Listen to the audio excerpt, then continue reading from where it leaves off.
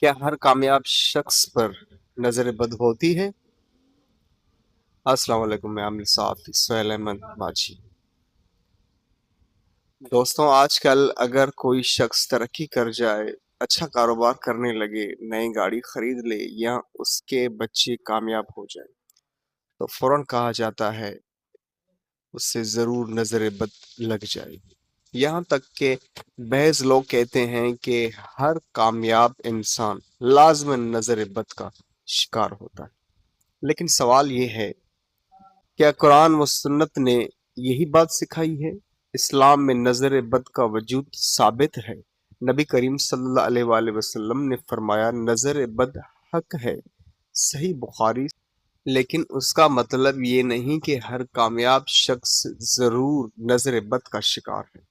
اگر ایسا ہوتا تو تمام کامیاب لوگ ہمیشہ بیمار، پریشان یا ناکام رہتے، جبکہ حقیقت اس کے برعکس۔ اسلام ہمیں خوف میں نہیں بلکہ اللہ پر توکل میں جینا سکھاتا ہے۔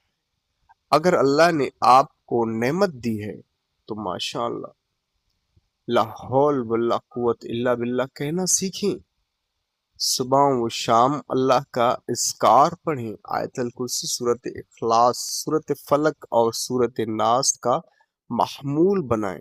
یاد رکھیں، نظر بد سے بچنے کا طریقہ وہی ہے جو رسول اللہ صلی اللہ علیہ وآلہ وسلم نے سکھایا، نہ کہ ٹوٹکے، دھاگے یا عجیب رسمیں۔